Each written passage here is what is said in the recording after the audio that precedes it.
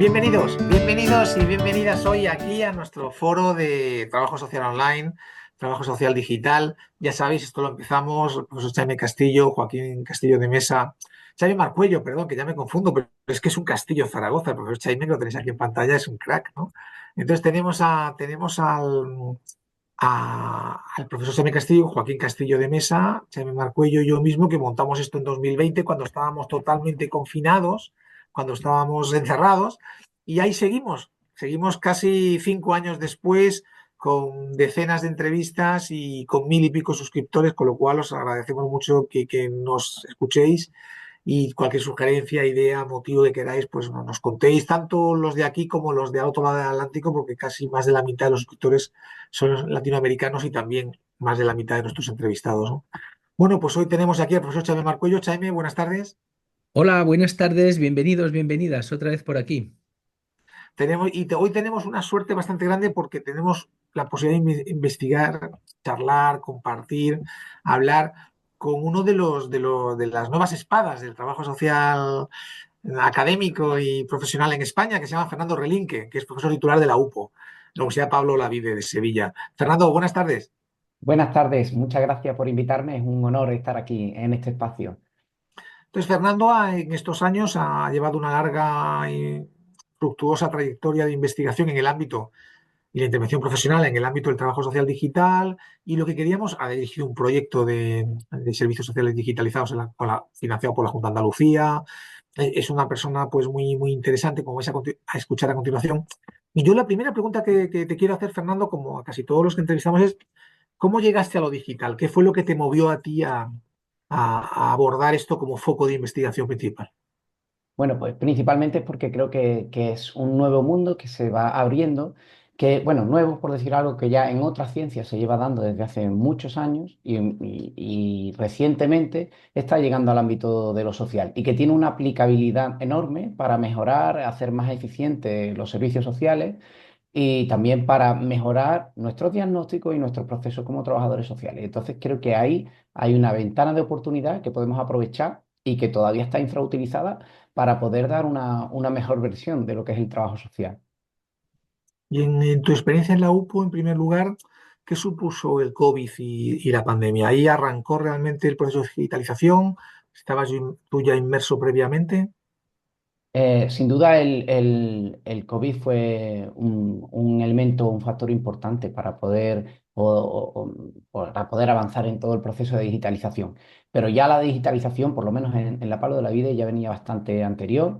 Y bueno, ya en el Departamento de Trabajo Social tenemos una comisión de transformación tecnológica y ahora también recientemente hay un vicerrectorado sobre transformación tecnológica, que evidentemente el COVID supuso, ya digo, un paso hacia adelante, pero es una política que tenemos como muy clara dentro de la Palo de la Vida, el cómo incorporar todo lo tecnológico y lo digital, en nuestro caso, al ámbito de los servicios sociales y el trabajo social. ¿Y la digitalización, qué definición, qué planteamiento teórico tienes respecto a esto? ¿Es simplemente una tecnología más? ¿Crees que es transversal? Si hablamos a nivel de universidad, desde luego en la docencia está teniendo cada vez más un mayor impacto, especialmente con la llegada de la inteligencia artificial, donde bueno, la digitalización se ha hecho accesible al alumnado que usa indiscriminadamente chatbots tipo como ChatGPT para realizar los trabajos, para aprender, para consultar. Y luego también pues, nos permite abrir dentro del marco de la profesión de trabajo social tenemos la oportunidad de utilizar automatizaciones, ¿no? Para o partes del trabajo que pueden ser o burocráticas o reiterativas y además podemos consultar un gran volumen de datos, con lo cual podemos hacer predicciones, ¿no? A partir de ahí, en el momento que ya podemos predecir que podemos automatizar, tenemos un campo de trabajo enorme para poder mejorar el cómo un trabajador social se enfrenta a cualquier tipo de problema social sobre el que tenga que intervenir, ¿no? Oye, pues a mí que escucho esto me parece muy interesante porque cuando se dice predecir me imagino que estáis construyendo unos algoritmos y me imagino que en vuestra área de conocimiento habrá alguna alianza con gente de tecnología, con tecnólogos, ¿no? Porque no es habitual que en el área de trabajo social nos dediquemos a construir algoritmos y definir campos y pronósticos y cosas así. Entonces, ¿tenéis alguna alianza con alguna otra área de conocimiento?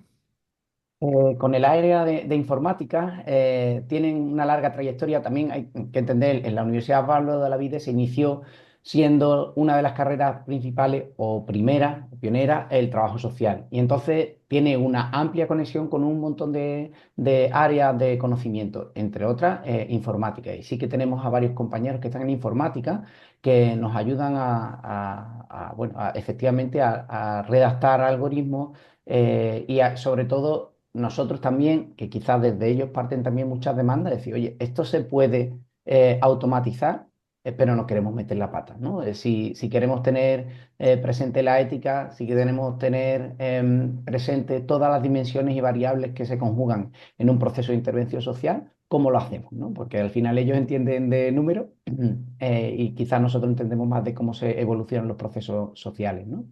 Entonces, desde luego, la digitalización en trabajo social parte o se inicia o se debe iniciar con ampliar las fronteras del trabajo social y conjugarla con otras profesiones.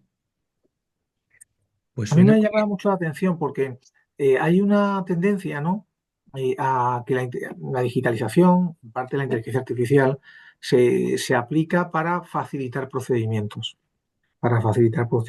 automatizarlos, y en segundo lugar se aplica para, trabajando sobre los datos, establecer patrones. La inteligencia artificial es probabilística, bueno, digamos, para que nos entiendan los que nos escuchan, lo que hacemos es trabajar con cientos de datos para que emerja un patrón que nos permite sacar una conclusión. Pero hay otra dimensión de la digitalización que me interesa mucho, ya nos interesa mucho y que hay muchas personas que nos preguntan, que no es tanto cómo utilizas o mejoras el procedimiento administrativo, sino cómo haces la intervención. O sea, que es distinto ya, que es un paso diferente, paralelo, pero que no es ya qué hago con los datos, cómo mejoro el procedimiento, cómo reduzco la burocracia, sino cómo yo puedo intervenir a distancia o digitalmente, cómo puedo utilizar mejor los soportes digitales para evaluar la situación de la familia, para establecer un mecanismo de apoyo, para, como hace el proyecto este Adrián Aguilera en Berkeley, tener la ayuda en los dedos de tus manos a través de una serie de mensajes de móvil. En esa otra dimensión del planteamiento, ¿cómo lo ves? Porque a mí me da la sensación de que muchas veces muchos de estos proyectos van dirigidos a cómo puedo yo unificar las plataformas que utilizo, cómo puedo gestionar mejor la cantidad de datos, cómo puedo predecir, pero se habla menos, al menos en el ámbito nuestro, de la intervención y la potencia de la herramienta para intervenir. Pues sí, está claro que hay una parte de reducción de la burocratización o incluso en el triaje, ¿no?, de los servicios sociales, donde la digitalización es muy amplia, pero que se refiere sobre todo a la parte más administrativa y que yo creo que es una realidad que pronto veremos, ¿no?, el cómo se han automatizado todos los procesos burocráticos que ojalá sirvan no para reducir las plantillas de trabajadores y trabajadoras sociales, sino para que precisamente los profesionales tengan más tiempo para poder intervenir. Pero luego, en un segundo término, yo creo que la digitalización es muy interesante. Primero, porque cuando un profesional se enfrenta a un caso social o a un caso de intervención, al final pone en juego pues todos sus recursos personales, ¿no?, y sus recursos profesionales. Pero cuando vaticinamos o creemos que un caso se debe intervenir sobre una determinada área, va en función de, bueno, lo que recordamos, nuestra propia experiencia o con mucho la experiencia del equipo, y más aún si somos capaces de rescatar cierta bibliografía sobre ese tipo o ese perfil de exclusión o de caso, ¿no? Si gracias a Big Data, inteligencia artificial o digitalización en sentido amplio podemos ampliar o identificar patrones sociales con un enorme volumen de casos ya intervenidos, o podemos utilizar mapeos, ¿no?, donde podamos anticipar tendencias sociales. Desde ahí tenemos una ayuda enorme, ¿no?, al profesional que en todo caso debe ser el que debe decidir, pero decide en base a una amplitud de conocimiento que a día de hoy pues, no nos ha sido posible, ¿no? Entonces, el poder estandarizar nuestra profesión no estandarizar nuestros procesos, la incorporación de esas historias sociales y de casos, que da mucho, ¿no? y sobre todo que estén estandarizadas en distintos terrenos. Ya sabemos que aquí en España, según regiones, se estandariza la información de diferentes formas y es difícil compendiarla en una sola base de datos. Pero si somos capaces de digitalizar esto y que esto, cada caso en el que hagamos sirva para añadir una gota de agua a ese vaso de agua o esa base de datos, ¿no? Del que beber información y generar tendencia y que te sirva de ayuda, ¿no? En un tanto por ciento de probabilidad con su sesgo y con su error, ¿no? El cómo se debe intervenir, ahí estamos avanzando muchísimo. Insisto, esto es algo que estamos empezando a hacer ahora desde trabajo social, pero que en otras áreas ya lo tienen clarísimo y lo llevan usando miles decenas de años, por así decirlo, ¿no? A la hora, por ejemplo, de elaborar materiales, nadie elabora materiales según su propia experiencia, sino en función de bases de datos enormes, de materiales, de procesos, de cambios climáticos, etcétera, que te dan al final una aproximación de cuál debe ser la materia utilizada en la elaboración, pues yo que sé, de un mueble o una fabricación de cualquier cuestión, ¿no? En procesos de fabricación es muy utilizado. ¿Por qué no utilizarlo aquí, ¿no? Y además estamos viendo también, como en redes sociales, que cada vez pues, que son fácilmente identificables las tendencias sociales, los movimientos, se pueden catalogar. Obviamente existe un tanto por ciento de error, ¿no? Y ahí sí le toca al profesional discernir si en función del porcentaje de error se puede intervenir según me recomienda la máquina o no, ¿no? Y si me recomienda A, si yo puedo dar A o tiene que ser y algo más en función de los recursos que yo tenga, ¿no? Por Es- tanto, es- es difícil que se sustituya, perdón, pero sí es muy, muy, muy interesante como ayuda y asistencia al profesional. claro, pues dejas planteadas muchas preguntas para lo que venimos discutiendo en este canal. Una es, da la impresión que eres tecnofílico, o sea, que te encanta la tecnología y que te encanta que tienes un ejercicio de confianza en, en este campo, pero oye, ¿y dónde están los posibles riesgos y sesgos de todo esto? Porque ninguna tecnología es neutral. Toda tecnología, como he aprendido de Antonio, que decía Paul Virilio, tiene su accidente. Entonces, y bueno, y luego otra cosa. ¿Esto, lo que cuentas, se enseña en vuestra facultad o es una cuestión de investigación de los profesores y profesoras de la UPO? Mm. Con respecto a la primera pregunta, no sé si es algo muy personal, pero mi padre es censor jurado de cuentas y él le tocó el momento de utilizar la calculadora y toda la resistencia que aquello supuso. Porque claro, llegaban a problemas sencillos porque no tenían calculadora, pero mientras él estudiaba se incorporó la calculadora a nivel de uso personal. La calculadora ya existía mucho antes a nivel más computacional, ¿no? Pero claro, ya llegó un momento donde explicar la raíz cuadrada o hacer muchas raíces cuadradas o el coseno de cualquier operación ya dejaba de tener sentido porque la máquina te lo hacía sobre la marcha.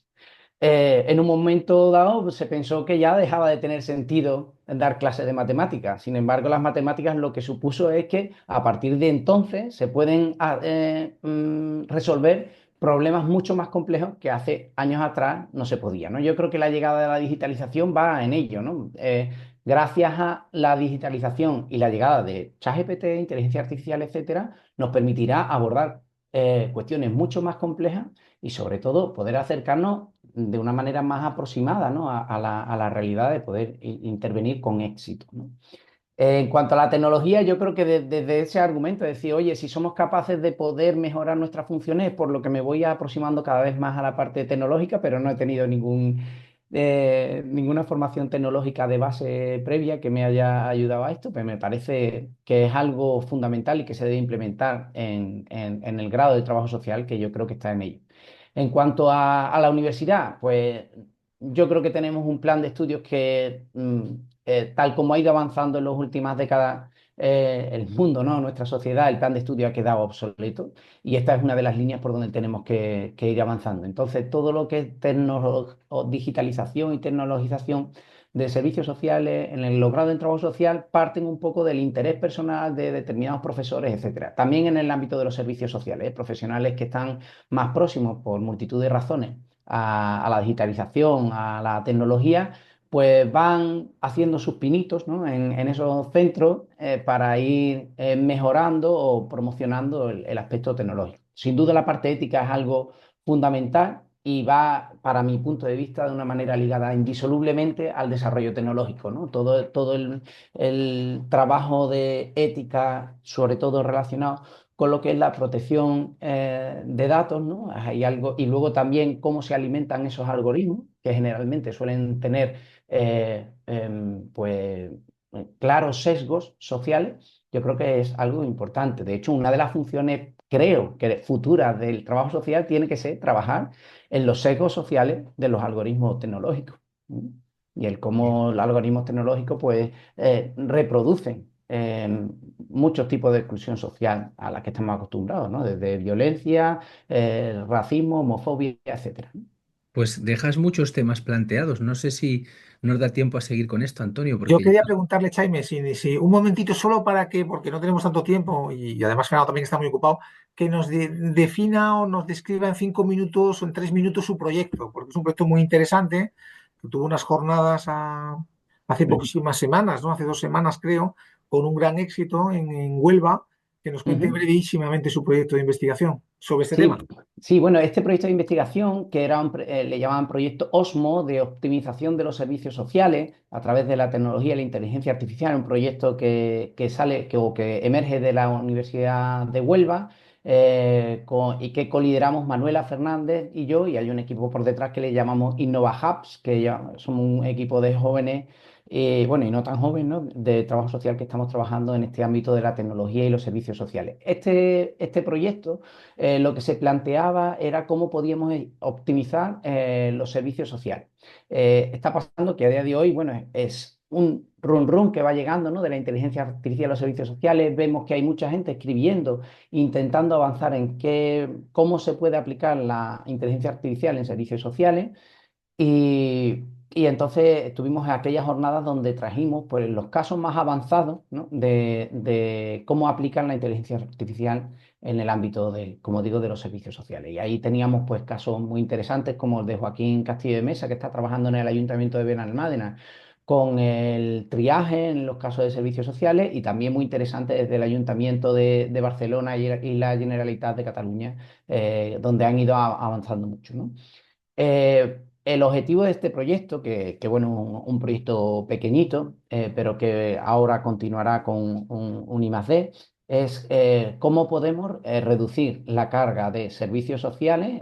Va muy orientado todavía a lo que es la burocratización, ¿no? Y la automatización de la burocracia para poder ampliar el espacio de atención e intervención, ¿no? Yo creo que por ahí va un poco el proyecto, pero todavía es una aproximación humilde a la inteligencia artificial como equipo, ¿no? Teniendo en cuenta, pues ya digo, como en aquella jornada, que bueno, que participaron personas de primer nivel, ¿no? Como Marta Fabá, la directora de Estrategia y Nuevos Proyectos del Ayuntamiento de Barcelona, donde pusieron en marcha el proyecto DPR, bueno, que avanza mucho en cómo se debe intervenir en servicios sociales desde la inteligencia artificial, ¿no? Donde agrupa a posibles usuarios. Bueno, tiene un catálogo como de varios indicadores, y agrupa en 7 tipologías los usuarios, que al final prevén qué tipo de demandas van a tener a lo largo de sus vidas, ¿no? Están trabajando en lo que es la parte de predicción. Ahí todavía,